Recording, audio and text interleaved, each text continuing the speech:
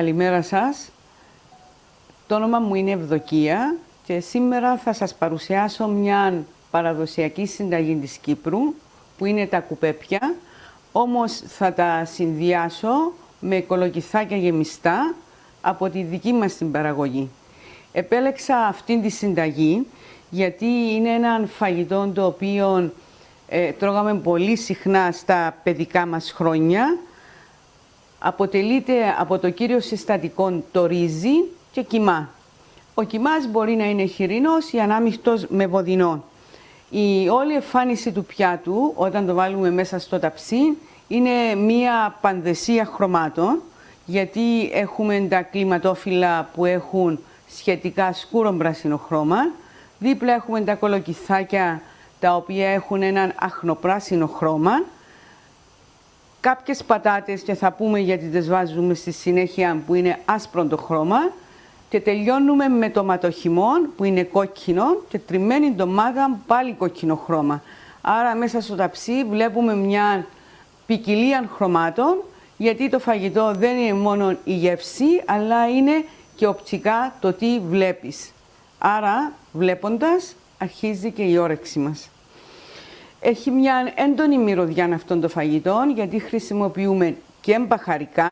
Το κυριότερο είναι και το αρωματικό νοδιόσμος που δίνει τη χαρακτηριστική μυρωδιά, που πιστεύω ότι είναι χαρακτηριστική η μυρωδιά στη δική μου κουζίνα νοδιόσμος. Έχουν μια γλυκόξινη γεύση λόγω των κλιματόφυλλων που χρησιμοποιούμε, αλλά και το λεμόνι που προσθέτουμε. Επίσης η όλη διαδικασία δίνει μια νότα μέσα στην κουζίνα αναβρασμού, γιατί θέλει αρκετών χρόνων για να προετοιμαστεί και έτσι όλοι είναι σε εγρήγορση όταν ετοιμάζουμε τα γεμιστά. Τα κουπέπια τα τρώγαμε πολύ συχνά στην οικογένεια. Τα έφτιαχνε συχνά γιατί είχαμε την τύχη, ο παπάς μου, να εργάζεται τα Σάββατα σε ένα φίλο του Κρεοπόλη. Άρα κάτι το οποίο είχαμε αρκετά συχνά στο σπίτι ήταν το κρέας και οι κιμάδες. Τα κλιματόφυλλα συνήθιζε να τα φυλάει από την αρχή της άνοιξης, που ήταν φρέσκα, μέσα στην άλμη. Τότε δεν τα χρησιμοποιούσαν τους καταψύχτες όπως τα φυλάγουμε σήμερα μέσα στον καταψύχτη με διάφορους τρόπους. Εγώ τα φυλάω με ένα συγκεκριμένο τρόπο στον καταψύχτη, θα σας πω στη συνέχεια πώς τα φυλάω. Δεν χρησιμοποιώ την άλμη γιατί απορροφούν αρκετό αλάτι, το οποίο δεν θα ήθελα να έχω στην κουζίνα. Συνεχίζοντας, θα δούμε τα υλικά για τη συγκεκριμένη συνταγή. Κιμάς, 1 κιλό. Σήμερα έχω βάλει χοιρινό κιμά, δεν έβαλα τον ανάμειχτο. Έχουμε κρεμμύδι, το οποίο είναι ένα μεγάλο ξηρό κρεμμύδι, ή αν θέλετε μπορείτε να βάλετε ένα μέτριο ξηρό κρεμμύδι και 2 φρέσκα. Εγώ έχω χρησιμοποιήσει και 2 φρέσκα, ένα μέτριο και 2 φρέσκα από το δικό μας κήπο. Το ρύζι που χρησιμοποιώ είναι το ρύζι γλασέ, είναι 1 ποτήρι ρύζι γλασέ. Για αυτήν τη συνταγή, για τα κουπέπια και τα γεμιστά που έχουν κέιμα, χρησιμοποιώ το γλασέ. Αν θα έκανα γεμιστά ή κουπέπια, τα λεγόμενα νηστίσιμα, ή σε κάποιες περιοχές της Κύπρου που ονομάζουν ορφανά, δηλαδή δεν έχουν μέσα πρωτεΐνη, κιμά, τότε θα χρησιμοποιούσα το μακρύ κοκκοντορίζι για να γίνουν σπυρωτά. Σε αυτήν την περίπτωση που είναι ο κεϊμάς, χρησιμοποιώ το γλασέ που ανοίγει πιο εύκολα και απορροφά όλα τα υγρά. Έχουμε το λεμόνι. Λεμόνι χρησιμοποιώ και μέσα στη γέμιση και μέσα στο ταψί που θα ψηθούν τα γεμιστά. Μέσα στη γέμιση βάλω 8 κουταλιές της σούπας ή 100 ml λεμόνι. Μέσα στο ταψί 4 κουταλιές της σούπας ή 50 ml. Μαϊντανό. Χρησιμοποιούμε ένα ματσάκι μαϊντανό. Αυτός είναι πιο λίγος γιατί είναι από τη δική μας αυλή. Δεν ήθελα να το συμπληρώσω με κάποιον από την φρουταρία επιπρόσθετο μαϊντανό. Προτίμησα να βάλω πιο λίγο, αλλά να ξέρω τι μαϊντανός είναι. 1,5 κουταλάκι αλάτι. 1,5 κουταλάκι πιπέρι μαύρο. κανέλα έναν κουταλάκι. Καινούρια προσθήκη που έχω κάνει είναι έναν κουταλάκι σκόρδο σε σκόνη και πάπρικα καπνιστή 1,5 κουταλάκι. Θέλουμε 500 ml ντοματοχυμό. Δεν χρησιμοποιώ ντοματοχυμό του εμπορίου. Είναι από τις δικές μας ντομάτες, τις οποίες όταν είναι φρέσκες τις πολτοποιούμε στο μίξερ και τον έχουμε στην κατάψυξη. Τώρα είναι έτοιμος για να χρησιμοποιηθεί. Δυόσμο, χρησιμοποιώ περίπου 2 κουταλιές της σούπας. Ελαιόλαδο, το οποίο χρησιμοποιούμε τόσο στη γέμιση όσο και μέσα στο ταψί. Εδώ έχω κομμένες σε καρεδάκια ανομοιόμορφα 2 μέτριες πατάτες ή μπορείτε να χρησιμοποιήσετε μια μεγάλη πατάτα. Θα σας πω στη συνέχεια που την χρησιμοποιούμε. Αυτή είναι τριμμένη ντομάτα, είναι 4 μεγάλες ντομάτες τριμμένες, τις οποίες θα βάλουμε μέσα στο ταψί για να δώσουν το κόκκινο το χρώμα στο όλο φαγητό.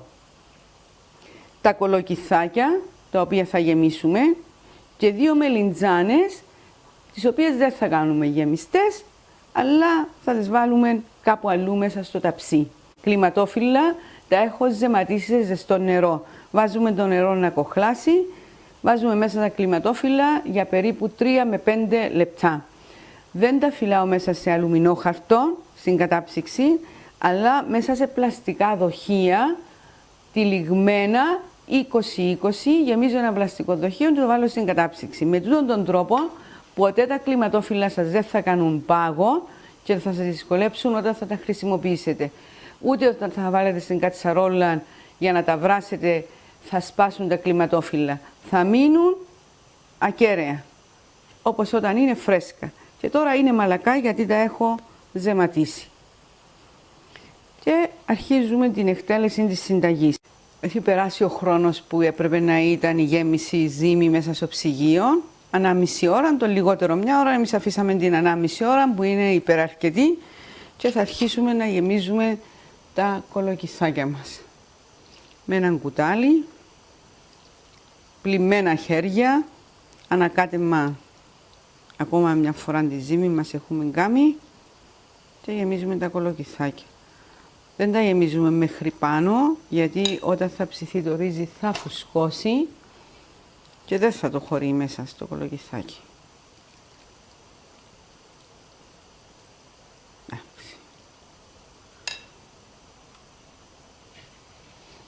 Θα τυλίξουμε και τα κουπέπια μας, τα κλιματόφυλλα.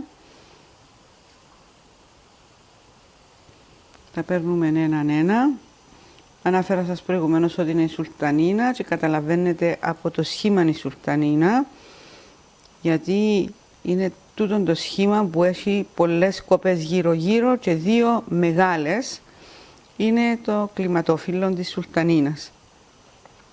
Και οι ίνες του, τούτα, είναι πιο λεπτά από τα άλλα κλιματόφυλλα.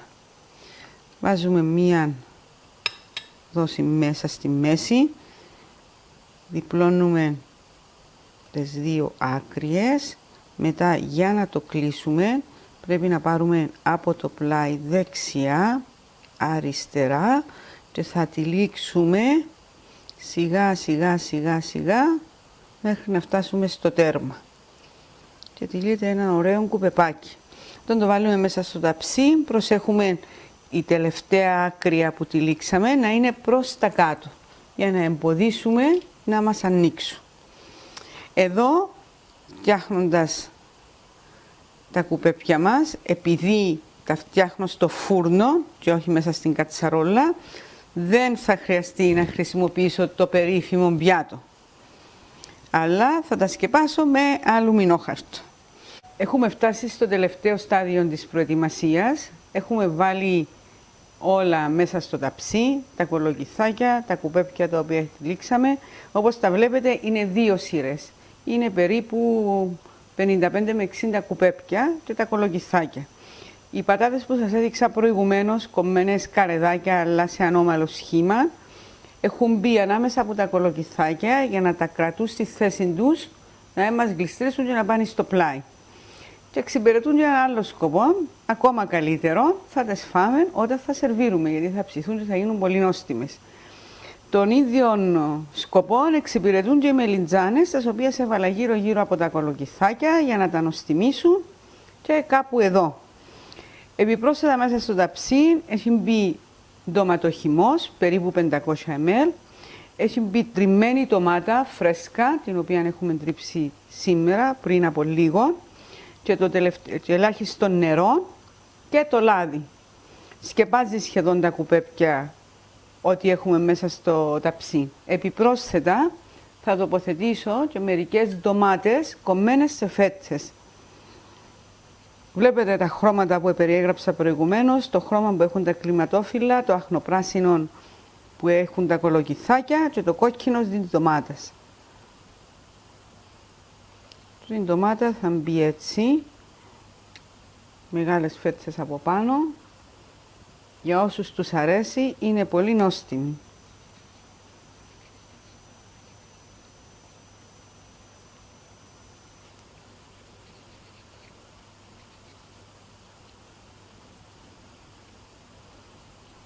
Θα τα βάλουμε στο φούρνο, ανάμιση ώρα στους 180 βαθμούς.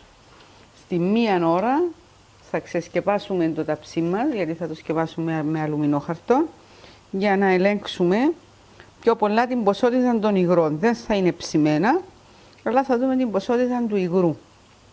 Αν το έχει απορροφήσει ή αν ακόμα έχουμε περιθώρια. Αν έχουμε περιθώρια θα το αφήσουμε σκεπασμένο για ακόμα 15 λεπτά και στα τελευταία 15 λεπτά της ανάμιση ώρας θα το ξεσκεπάσουμε, θα το αφήσουμε μέσα στο φούρνο για να πάρει ένα ωραίο χρώμα όλη η επιφάνεια. Τα κουπέπια που είναι από πάνω και τα κολοκυθάκια μας. Σκεπάζουμε με το αλουμινόχαρτο και τοποθετούμε στο φούρνο.